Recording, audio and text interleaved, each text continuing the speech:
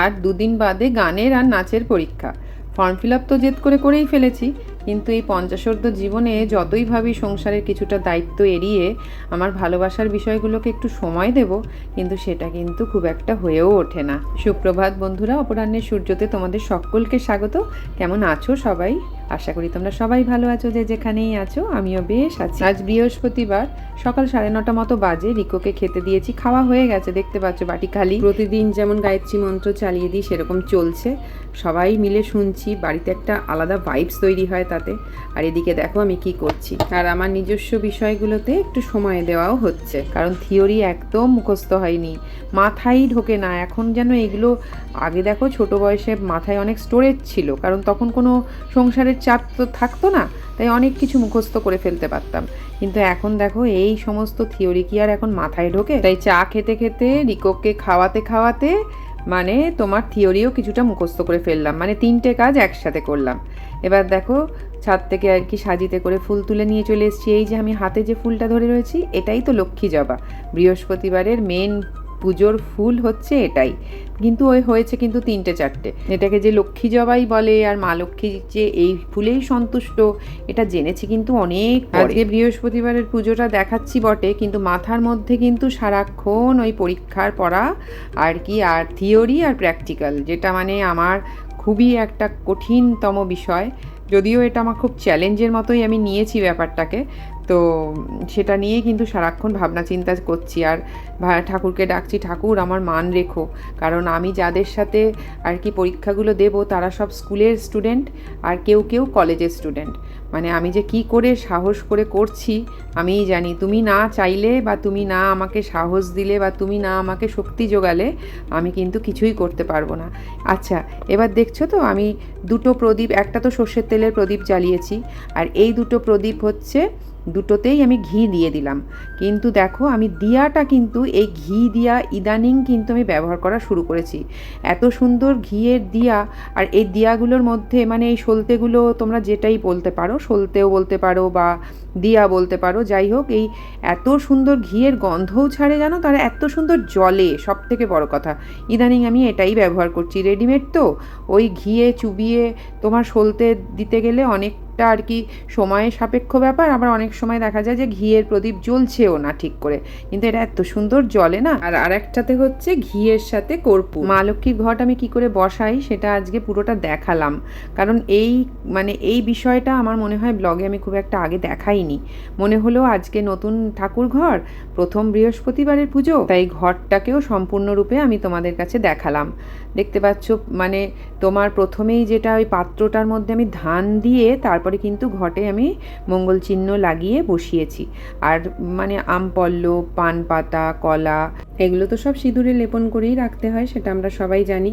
আর দুব্বো আর কাঁচা টাকাটা আমি এইভাবে রাখি। আর লক্ষ্মী পুজোয় যেটা মেন বিষয় সেটা হচ্ছে আলপনা দেওয়া, একটু খড়ি মাটি দিয়ে। সেটা কিন্তু আমি খুব বড় করে দিতে পারছি না, কারণ একটু আগে না দিলে না সমস্ত লেপালেপি হয়ে যাবে। আর আলপনাটা আমি যেহেতু সাদা পাথরের ওপরে সাদা দিয়ে আলপনা দিলে ঠিক করে ফুটবে না, তাই জন্য আমি একটু খড়ি মাটির মধ্যে একটু আলতা মিশিয়ে নিয়েছি। তাই দেখো আলপনাটা একটু ওই চন্দন চন্দন কালার মতো হয়েছে। এখন ওই বর্ষাকাল বলে না একটু স্যাঁতস্যাঁতে ওয়েদার, আলপনা দিলেও কি তাড়াতাড়ি করে শুকাচ্ছে না বলে দেখো কিছুটা উঠেও গেছে। এই একটা বিষয় খুব মানে অস্বস্তিকর, আলপনা দিতেও হয় আর এদিকে আলপনা দেখো ল্যাপটিও হয়ে যায়। একটু শীতকাল বা গরমকালে খুব চট করে আলপনা দিলেই, আর যেখানে আমি ঘট বসাচ্ছি তার তলাতেও কিন্তু আমি ছোট্ট করে একটু আলপনা করে দিয়েছি।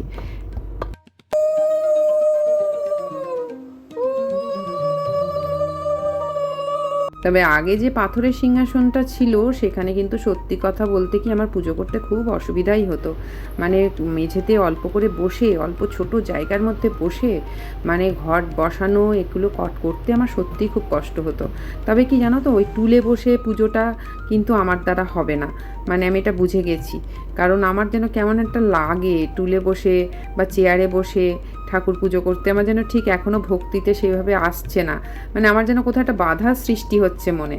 তাই জন্য আমি ঠাকুরের যত সাজ সরঞ্জাম, ফুল, মানে সব কিছু দেওয়া, আরতি করা, সব কিছু দাঁড়িয়ে দাঁড়িয়ে করব। আর তারপরে আমি ভোলে বাবার কাছে, এখানে আর কি ভোলে বাবার যতটুকুনি পুজো আমি বসে করব ভোলে বাবার কাছে, আর ওখানেই ওই আসন পেতে আমি দূর থেকে যত মন্ত্রপাঠ, যত স্তোত্রপাঠ, সব কিছু বই পড়া সব ওই আসন পেতে মেঝেতে বসেই করব। এর যেন একটা আলাদাই শান্তি। যত কাজই থাকুক না কেন, বৃহস্পতিবারের দিনটাতে পুজোটা হয়ে গেলে, পাঁচালি পড়া হয়ে গেলে যেন মনে হয় যেন অনেক বড় কাজ হয়ে গেল, তাই না বলো? আজকে আমাদের পেট পুজোর ব্যবস্থায় কী কী হয়েছে দেখো। ভেন্ডি ভাপে, সর্ষে টর্ষে দিয়ে না কিন্তু, এমনি কাঁচা তেল, নুন, মিষ্টি, হলুদ, এই যা, কাঁচা লঙ্কা। আর ট্যাংরা মাছের আলু বেগুন দিয়ে ঝাল, মুসুরির ডাল আর কুমড়ো শাক। ব্যাস, এই সোজা সাপটা রান্না। অবশ্য ছেলেদের জন্য চিকেন হয়েছে, কিন্তু সেটা অবশ্য ভিডিও করা হয়নি। আর এখন প্রায় 6:45 বাজে সন্ধে।